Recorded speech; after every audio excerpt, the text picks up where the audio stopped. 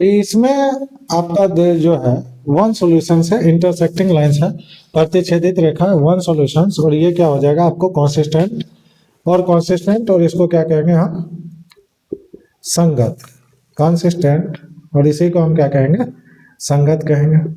कोई दिक्कत यहाँ तक नहीं। तो अब हम चलते हैं आपको एक्सरसाइज 3.2 का क्वेश्चन नंबर 3 का फोर्थ पार्ट में आपका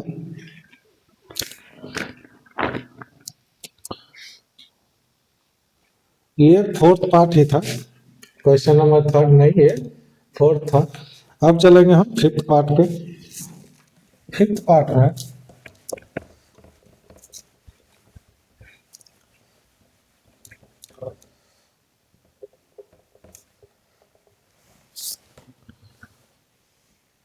fifth part 4/3x plus 2y is equal to 8,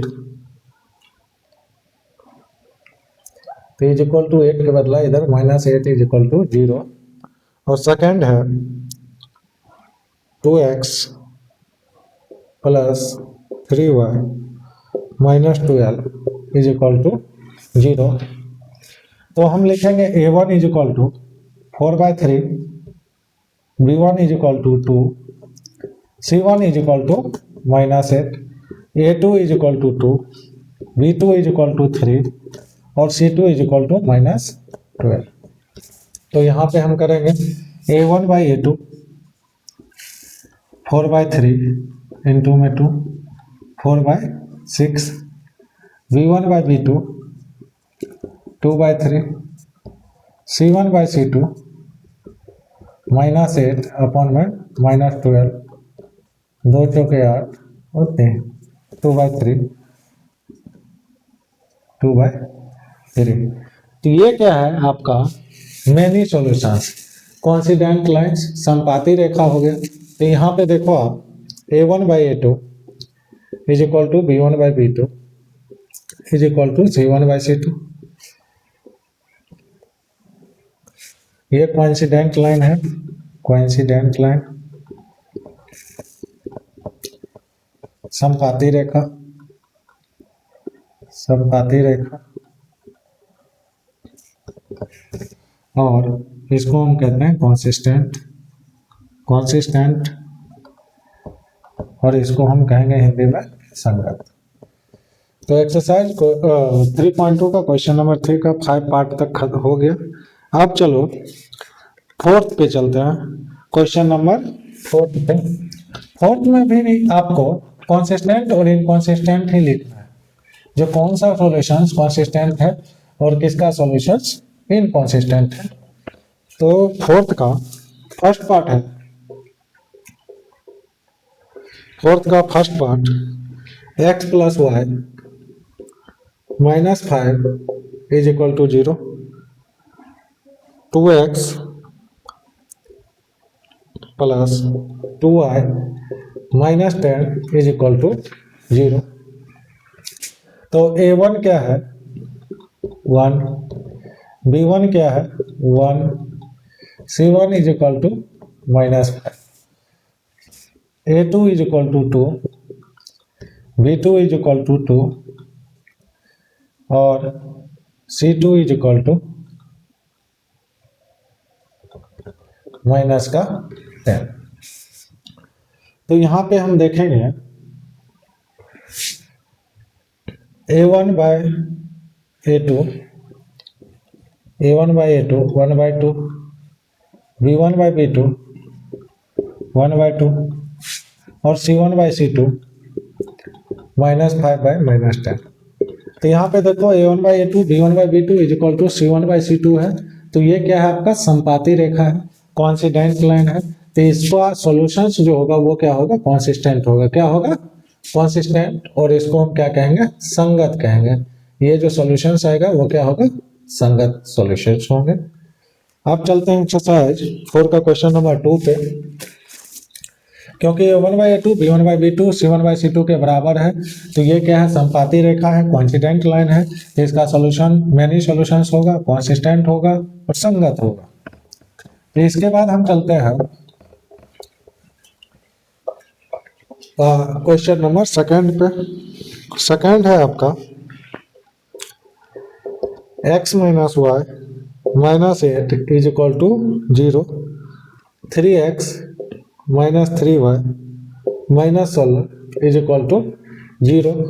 तो a1 क्या है 1, b1 क्या है -1 और c1 क्या है माइनस का 8, a2 क्या है 3, b2 क्या है -3 और c2 क्या है माइनस का 10। तो यहाँ पे a1 बाई a2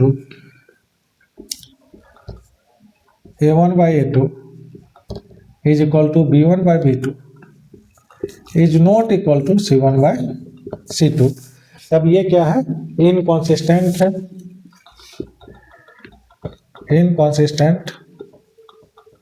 इनकॉन्सिस्टेंट और इसको हम क्या कहते हैं असंगत कहते हैं। क्या कहते हैं असंगत। ये जो सॉल्यूशन होगा इनकॉन्सिस्टेंट होगा, असंगत होगा, क्योंकि ये जो रेखा होगा वो क्या होगा समानांतर रेखा होगा। क्या होगा समानांतर रेखा होगा, पैरेलल लाइंस होंगे, तो इसका सॉल्यूशन क्या होगा असंगत हो जाएगा। फिर क्वेश्चन नंबर 3 पे चलते हैं। क्वेश्चन नंबर 3 पे चलते हैं।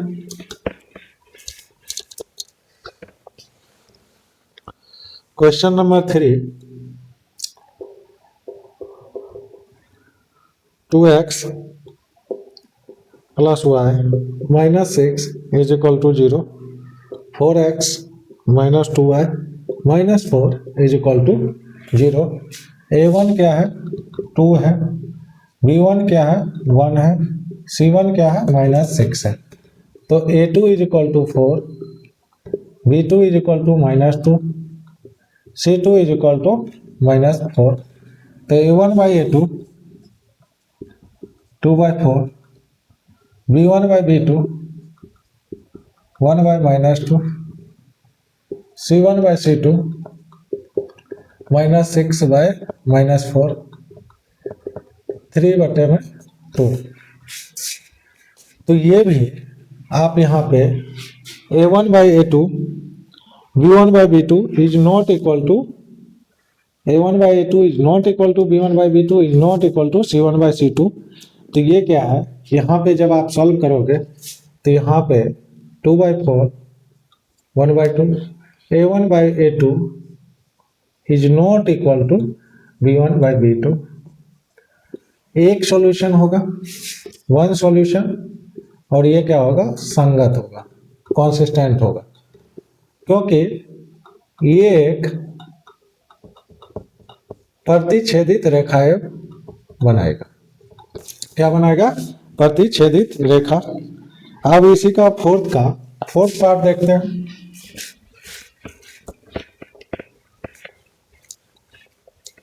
फोर्थ पार्ट देखते हैं। 2x minus y 2y minus 2 is equal to 0, 4x minus 4y minus 5 is equal to 0। तो इसका a1 2, b1 minus 2, c1 minus 2, a2 4, b2 minus 4, c2 minus 5। तो a1 by a2 2/4 1/2, b1 by b2 -2/-4 1/2, c1 by c2 2/5 minus plus. तो यहाँ पे a1 by a2 is equal to b1 by b2 is not equal to c1 by c2। तो ये क्या है parallel lines है। क्या है पैरेलल लाइंस, समांतर रेखा, नो सॉल्यूशन, और ये क्या हो जाएगा इनकॉन्सिस्टेंट, और उसको क्या कहेंगे असंगत। इनकॉन्सिस्टेंट और असंगत। कोई दिक्कत यहाँ तक नहीं। अब देखो क्वेश्चन नंबर 5 का है। एक रेक्टेंगुलर गार्डन है जिसकी लंबाई चौड़ाई से 4 मीटर अधिक है अर्थ परिमाप 36 मीटर है, तो भाग की लेंथ और ब्रेथ ज्ञात करें इसका। तो हम इसमें देखते हैं क्वेश्चन नंबर 4 में। पहले इसका क्या करते हैं, आपको ग्राफ का पहले इसका इक्वेशंस लिखेंगे, फिर इसको सॉल्व करके उसका आंसर निकालेंगे।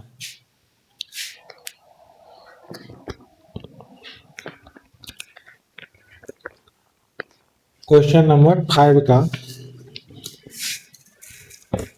स्टार्ट करते हैं।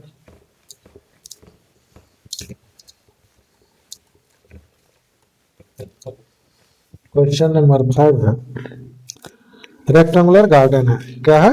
रेक्टेंगुलर गार्डन, मतलब इस टाइप का x और y। तो लेट लेंथ भी x एंड ब्रेथ भी y, ब्रेथ भी y। माना कि लंबाई x है और चौड़ाई y। यहाँ पे आपको अर्ध पेरीमीटर मतलब सेमी पेरीमीटर दे रखा है।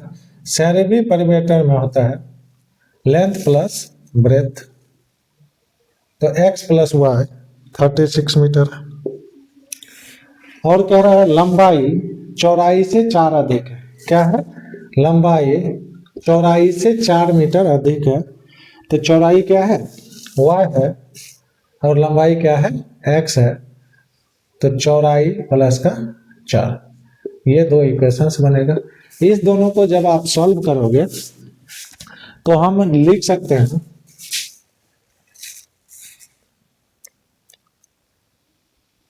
x का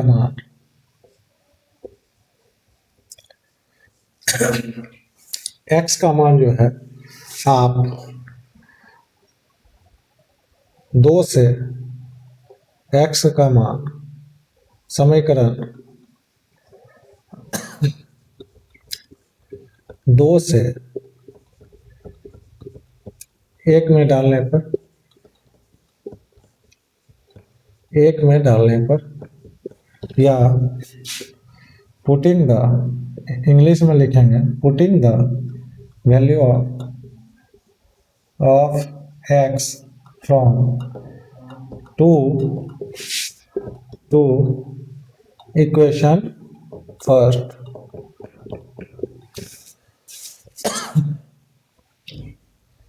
तो इसमें x की जगह पे हम लिखेंगे y plus 4 plus y is equal to 36, 2y is equal to 32, y is equal to 16। अब x की वैल्यू, कुछ काम आप लोग भी करो, x का वैल्यू आप लोग खुद निकालोगे। इस सॉल्यूशंस का x का वैल्यू आप खुद निकालोगे जो कि आपकी लंबाई है। ठीक है, हम चलते हैं क्वेश्चन नंबर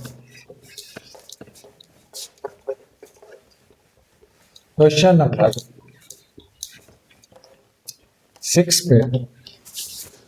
क्वेश्चन नंबर 6 पे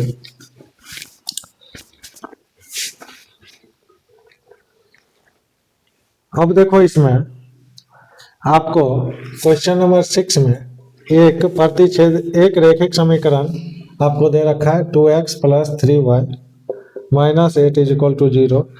आप दूसरा इक्वेशंस आपको लिखना है, दूसरा रैखिक समीकरण लिखना है जो कि प्रतिच्छेदित करती रेखाएं हो, मतलब इंटरसेक्टिंग लाइंस हो, कोइंसिडेंट लाइंस हो, दूसरा समांतर रेखाएं हो और तीसरा संपाती रेखाएं हो। तो आपको ये लिखना है। तो फर्स्ट केस में हम चलेंगे।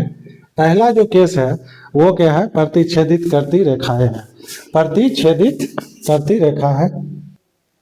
इस क्वेश्चंस में आपको क्या करना है? प्रतिच्छेदित पहले रेखा खींचना है। प्रतिच्छेदित करती रेखाएं मतलब इंटरसेक्टिंग लाइंस वाला केस करना है, जैसे सब पैरेलल वाला। और थर्ड में संपाती कोइंसिडेंट लाइंस वाला करना है। तो इसमें देखो प्रतिच्छेदित वाला इंटरसेक्टिंग लाइंस में क्या होगा, a1 by a2 is not equal to b1 by b2 होना चाहिए। बस ये माइंड में सेट करके मुझे कुछ भी इक्वेशंस लिख देना है। अब इसके लिए हम लिख सकते हैं 2x, ठीक है, plus 6y minus 8 is equal to 0। क्योंकि इस इक्वेशंस और इस इक्वेशंस को आप देखोगे तो इसमें क्या हो जाएगा, 2/2 1, 3/6 1/2, तो 1/1 इज नॉट इक्वल टू 1/2, तो ये क्या होगा, इंटरसेक्टिंग लाइंस नहीं होगा।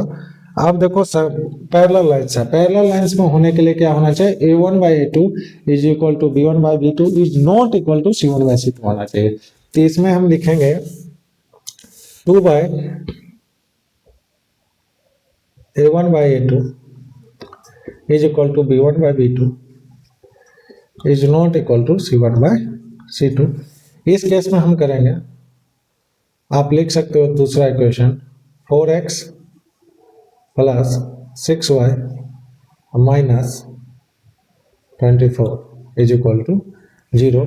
आप इस तीनों को करोगे तो ये 2/4 1/2 आएगा, 3/6 1/2 आएगा, 8/24 1/3 आएगा। तो a1 by a2 is equal to b1 by b2 is not equal to c1 by c2 जो ही होगा तो वो क्या होगा, पैरेलल लाइंस हो जाएगा। क्वेश्चन नंबर थर्ड है कोइंसिडेंट लाइंस।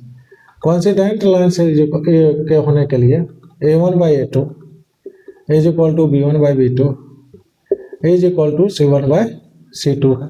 तो आप इसके लिए इक्वेशंस लिख सकते हो 6x plus 9y minus 24 is equal to 0। अब 1/3 और 1/3 इसका जो 1/2 is equal to b1 by b2 is equal to c1 by c2 हो जाएगा। तो कोइंसिडेंट समपाती रेखा के लिए ये होना चाहिए, इसको हम कोइंसिडेंट लाइंस में भी करेंगे। क्वेश्चन नंबर 7 है, समीकरण x माइनस का ग्राफ खींचिए और इन रेखाओं से बने। अब क्या करना है, 7th में आपको इसका ग्राफ ड्रॉ करना है। क्या करना है, ग्राफ ड्रॉ करके और उससे जो ट्राइंगल बनेगा x एक्सिस और y एक्सिस और उस लाइन के द्वारा जो ट्राइंगल बनेगा उसको क्या करना है, ग्राफ करके आपको और उसको छायांकित करना है, मतलब शेडो बनाना है उसका। तो ये भी मैं आपको ग्राफिकल वाला जो भी क्वेश्चंस रह गया उसको मैं आपको बाद में करवा दूंगा पीपीटी के माध्यम से। तो मैं इस चैप्टर को यहाँ पे कंप्लीट करता हूँ। Thank you so much. और ये आप इस मेरे चैनल को ज़्यादा से ज़्यादा लाइक शेयर और सब्सक्राइब करें। धन्यवाद।